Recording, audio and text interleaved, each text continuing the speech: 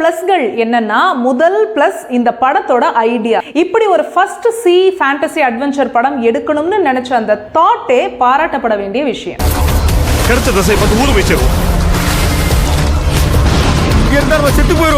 ரெண்டாவது பிளஸ் இந்த படத்தோட கேமரா ஒர்க் அண்ட் எடிட்டிங். கடலுக்குள்ள, கப்பலுக்குள்ள, இருட்டான இடங்கள்னு இப்படி சேலஞ்சஸ் நிறைஞ்ச இடங்கள்ல ரொம்ப அழகா ஒரு டோன் செட் பண்ணி ஒர்க் பண்ணிருக்காரு கேமராமேன். உண்மையா விஷுவலா பார்க்க அவ்வளோ நல்லா இருக்குங்க.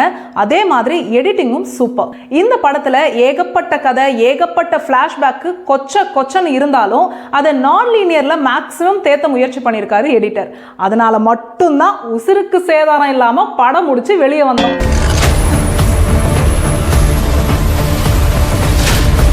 மூணாவது பிளஸ் ஜிவி பிரகாஷோட மியூசிக். மத்தவங்க படத்துக்கே கீபோர்ட்ல நெருப்ப கொழுந்து விட்டு எரிய வாசிப்பாரு.